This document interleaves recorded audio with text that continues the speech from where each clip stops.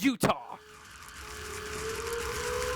I heard you guys got yourselves one dumpster fire of a restaurant, and to tell you the truth, I want to know what that tastes like. So, until we know more about this restaurant, this entire investigation is under lockdown. I can't have your greasy little fingies and toesies contaminating this investigation, this video, this life. How was that? Sorry about that. He was genuinely about to go off the rails, wasn't he? Yes, once again, we have a notorious restaurant to investigate. By the Bucket is a to-go only restaurant that serves spaghetti, and stay with me here, By the Bucket. Do you ever think you can eat a literal bucket load of food? Well, get this. You feed the whole family with that. When Jamie was stranded in snow. The 1-star reviews for this place are, as you would expect, crazy. But what really interests me about this place are the 5-star reviews, because they are just wild, if not more wild than the 1-star reviews. Here's an example. Nick Naylor, the last son of Bob, gave them a 5-star review just so he can call them cowards for not serving lasagna in a bucket. And there's a ton of other 5-star reviews talking about really normal things happening after eating one of their buckets, such as talking to angels, seeing into the future, or having their soul return to their body. Like I said, normal stuff. But let's not get ahead of ourselves because there is a lot to talk about here. So please buckle up, keep your arms and legs inside the video at all times.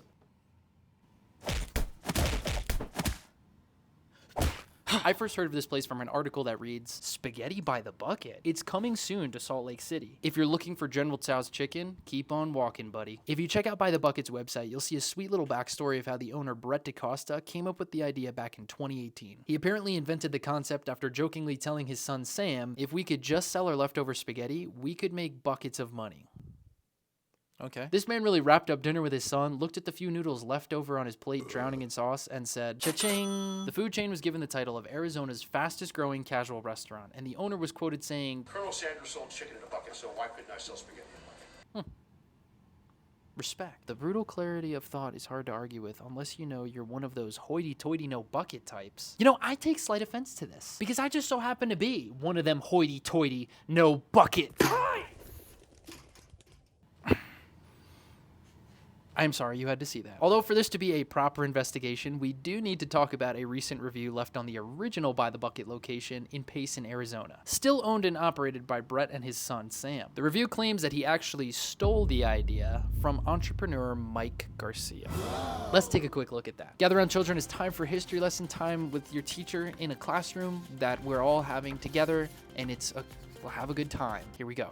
Sorry. By the Bucket was a popular Italian restaurant opened in Santa Clara, California by Mike Garcia in 1959. The restaurant was famously known for serving spaghetti and meatballs family style in a bucket, a strikingly similar concept to Brett's post-dinner epiphany. The reviewer also points out that Brett uses very similar advertising in their restaurant's sign design as the one owned by Mike. Now this could all just be a crazy coincidence, right? What are the odds this guy has ever been to or even heard of this place before? Brett even answered this reviewer by saying, hysterical, never heard of it, where's it located? So there you go, guys. He's actually never heard of it before. The reviewer responds to this by saying that Brett's own backstory details him living in Santa Clara, California, the same city in which Mike Garcia's By the Bucket famously operated for 58 years. Which again, could be a crazy coincidence, but after this next part, I'm not so sure. The review goes on to write that not only was Brett living in the same city as By the Bucket, this very dedicated reviewer, after finding his address online, points out that he used to live from Mike Garcia's By the Bucket. Mike Garcia's By the Bucket, after serving its loving community for 58 years, finally shut its doors on September 4th, 2017. And just 1 year later in 2018, unexpectedly burnt to the ground from undetermined causes. Brett opened his By the Bucket the same year in Payson, Arizona. Fast forward to 2022, Brett sold the franchise operations to a group of food professionals, and they have apparently added a few wrinkles to his ideas. That's a direct quote from their website. I have no clue what that means. Despite the sale and recent expansions, Brett and his son Sam still run and own the original By the Bucket and are mostly loved by the community. However, the same cannot be said for the newest location just opened over a year ago. The By the Bucket franchise has just opened their first out-of-state location in Sugar House, Utah, a neighborhood in Salt Lake City. This has got to be some new obsession that we haven't quite caught wind of yet. You've got By the Bucket expanding into other states, as well as vending machine companies serving spaghetti microwave popping up all over California. But guys, I'm not here to talk about vending machines. I'm not here to talk about possible fraud. I'm here to talk about the absolute chaos that one could find in the newest By the Bucket's review section. Let's start with the bad reviews since there's like 1 million of those. Take this first review by Fuzzy, for example. While waiting for my order, I watched as workers just opened 1-gallon cans of pasta sauce and poured it into a warmer. So this review confirms what a lot of people are speculating, that they just use jarred spaghetti sauce. Which sort of begs the question, why then would you not just make spaghetti at home and open up your own jar of sauce for a fraction of the price? It is maybe the easiest thing to make, even for the, shall we say, culinary challenged. Me? I have to admit, the meatballs were good, but I'm sure they were just taken from a frozen bag. The claims I keep seeing that the meatballs are frozen, I'm inclined to believe, because even in the pictures, they somehow look cold to the touch. And a few reviews are talking about how the kitchen doesn't have any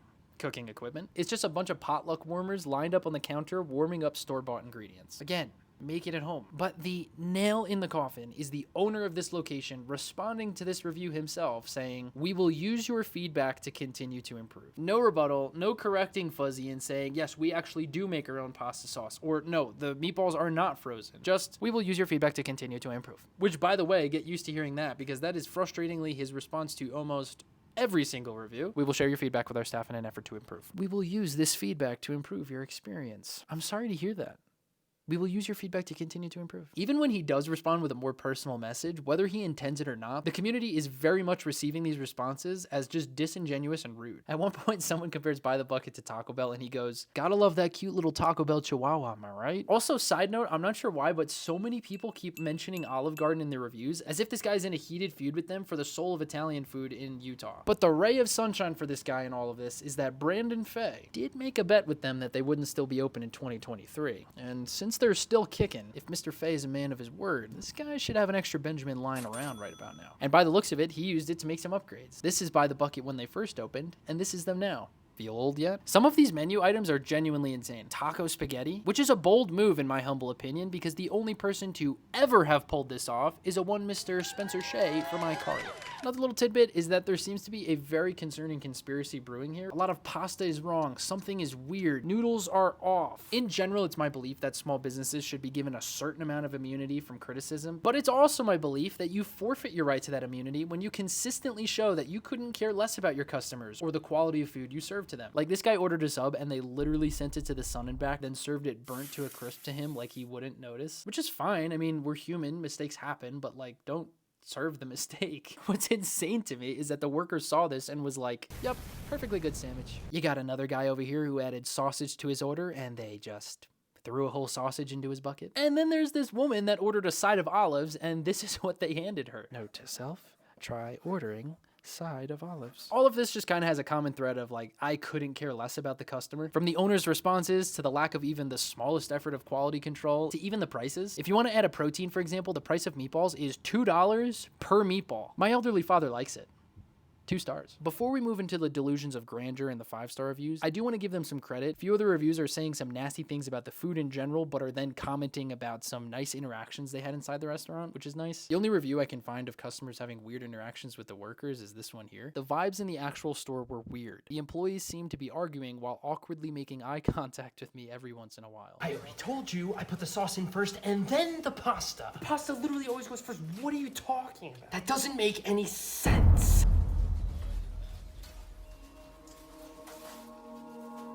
All right, so you've gotten a fair taste of what Utah has to negatively say about By the Bucket, but what about those who like it? Maybe even love it. Dare I say, worship By the Bucket. Remember how I mentioned earlier about people having otherworldly experiences while eating their buckets? Well, I awoke in a cold sweat in the middle of last night, facing the undeniable realization that my church had gone astray. Tithings, which were meant to help my fellow man, were being used to make evil men more powerful, and my soul, my aching soul, was crying to be made whole. I ran into the nearby wood and followed my intuition, which led me to a glowing light in the darkness. As I approached, the light blinded me, and when my eyes came into focus, I found myself looking upon an angel. And in her divine hands, she held a bucket, a golden bucket overflowing with the pasta of angel's hair, slathered with blood-red marinara. I put my whole head in and slobbered down the holy concoction, and with tepid tomato paste streaming down my chin, I felt my soul return. In that moment, I knew it was my mission on this earth to bring these heavenly pasta buckets to the world. But lo and behold, it had already come to pass by someone who had been visited by this angel previously. And upon this learning, my soul slept deeply with the knowing, the deep knowing, that there is a God. Spaghetti Bucket. What? How can a review like this be written next to all those other one-star reviews? And this is not the only one. You've got Nikki De Niro writing poems about their spaghetti in times of strife, Jacob Chandler claiming this is heaven's way of speaking to us through food, and then there's Edward Neal, who has open-eyed visions of this place before they even had their grand opening. The problem with these 5-star reviews, a lot of them are written by accounts with 2 or less actual reviews, which frankly just seems like the owner writing 5-star reviews for himself to counteract all of the horrible 1-star reviews. Like, this is real, right? Even the one where the guy wrote 4 haikus about his connection to their sauce. And on the other side of the spectrum of 5-star reviews, you got Goalie Guy, who wrote, "I've heard it's okay," which totally means he didn't try it. And David Matheson, who gave them 5 stars because he felt bad for how much hate they were getting. Which is sweet, but like, that doesn't count. But we still don't have a clearer picture now than we did at the beginning of the video of what the customer experience is like and what does it taste like. Which of course only leaves us with one option. We find out for ourselves.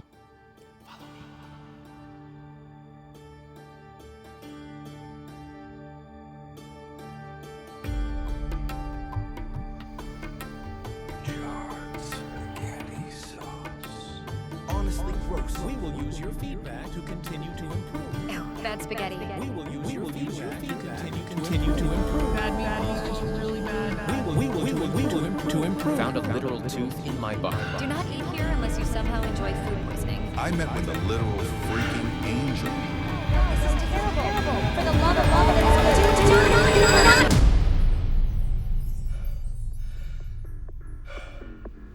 I'm ready.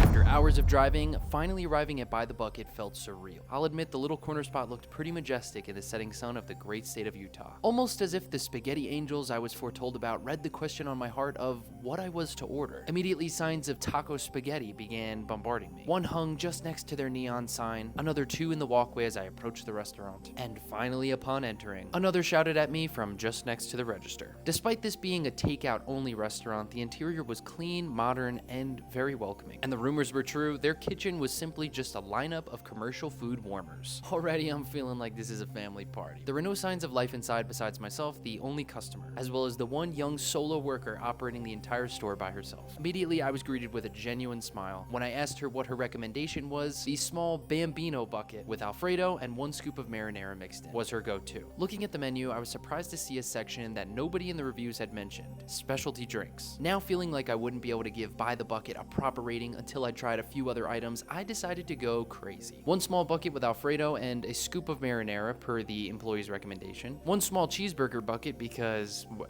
and 1 small taco spaghetti bucket, since I've now seen it 5 times since parking in their parking lot. In addition to 3 buckets of spaghetti that are advertised to feed up to 6 people, I also felt like I had to try one of their specialty drinks. I was intrigued to find out that their BTB Shroomy Latte had a few healthy ingredients mixed inside. Yeah, not what I was expecting from By the Bucket. So with the 3 buckets of spaghetti, 1 Shroomy Latte, and the olives now ordered, my wallet was $53.65 lighter. And not only did I have a short and very reasonable wait, the employee was incredibly kind, talking to me about her recent prom at the aquarium, a little history of the store, and the beauty of the mountains in this valley. And when the topic of what I was doing in town came up, I simply said, business. With my order now in hand, I waved goodbye to By the Bucket and headed to the local grocery store to buy the cheapest spaghetti and the cheapest marinara sauce to do a taste test comparison. But when I got back to my Airbnb, I was hit with the first wave of disappointment. That's right, By the Bucket didn't serve me my spaghetti in a bucket. Instead, they served me my spaghetti in a plastic Tupperware. That's not a bucket.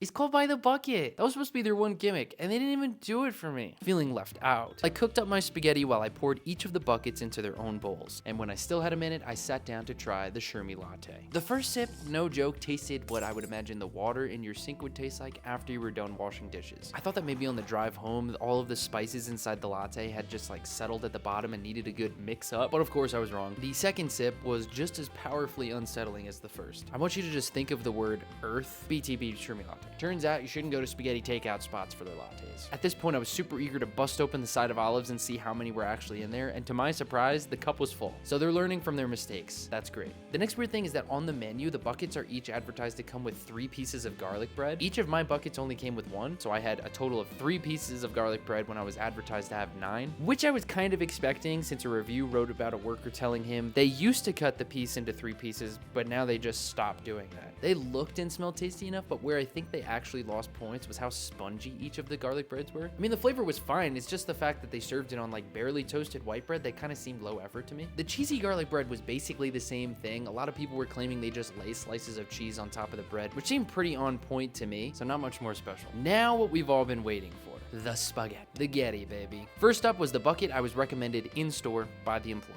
I can, at least for myself, lay the great noodle conspiracy to rest. Yes, they were a little bit mushy, and so if you prefer al dente, you're already gonna be running into problems. The flavor for this one though was very simple, to put it lightly. There just wasn't a lot to it. It just felt very watered down. Not a lot of excitement in that one, you know? When I tried one of the meatballs, I was so sure I've tasted this flavor before. It did taste just like some kind of pre-made meatball I've had in frozen sections before. And while I did have the reviews in my head to preemptively make me think these things, the kitchen appliances basically confirmed. Next for By the Bucket, I tried their taco spaghetti. Seemingly a must try. Off the rip, I feel like the taco spaghetti is missing a lot of taco? Like I would imagine some beans, some greens, maybe some crushed up taco shells, shredded cheese, maybe sour cream. Instead, it's just a load of black olives and sliced up onions. But if you had asked me beforehand to take a guess on what the theme of this bucket was, I don't think I ever would have landed on taco. Even more disappointing is that it was supposed to be their superstar. None of the others got that kind of advertising. This picture of the same dish that someone else was served kind of looked a little bit more of what I was expecting, but whatever I was served did not have that same appeal. Yeah, I don't know. Next, I sampled the cheeseburger bucket. The last chance for By the Bucket to blow the socks off my feet and send them 10 feet across the room. This bucket with the rest was just very, the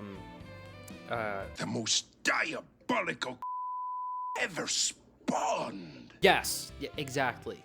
Thank you. It was like a Dream's weird interpretation of what a cheeseburger looks like, and then they just kind of threw that into the bowl. But here you go again. I feel like if you're going to make this, you have to commit. Where are the bits of lettuce, the pickle, croutons to simulate a bun? And if you think that sounds gross, you're right. But I didn't come up with it. I'm just suggesting that if you're making a taco-themed spaghetti or a cheeseburger-themed spaghetti, you should probably use the ingredients that are found in those kind of dishes. Otherwise, it's just not that. These kind of specialty items, in my opinion, are just on the menu for shock value. It's like when you're in a store and you see bacon-flavored soda or crocodile jerky or those little candies with crickets in them. You don't make purchases like those because you think they're gonna taste good. You make those purchases because you're a 5-year-old boy in a gift shop on a school field trip with 20 bucks from your mommy. I guess my point is, the food isn't good. Not even a little bit. But if I'm being honest with you, they all still beat the jar of Prego by a long shot. I have to say with all sincerity that I do not regret ordering from By the Bucket. Sometimes you need a really sloppily made bucket of spaghetti to remind you just how good those things that you do have actually are. I think that my thoughts on By the Bucket can pretty much be summed up in this last review by Travis Richards. Is the spaghetti good? I can't answer that. Is the sauce delicious? That's an irrelevant question. Is the garlic bread warm? You don't care about that. What matters is the dining experience. I promise you, a night eating spaghetti by the bucket will be one to remember. You will tell stories about that night. That much, I promise you.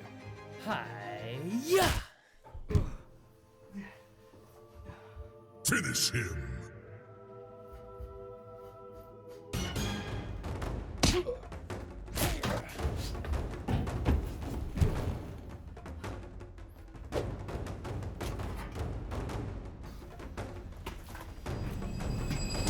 Fatality.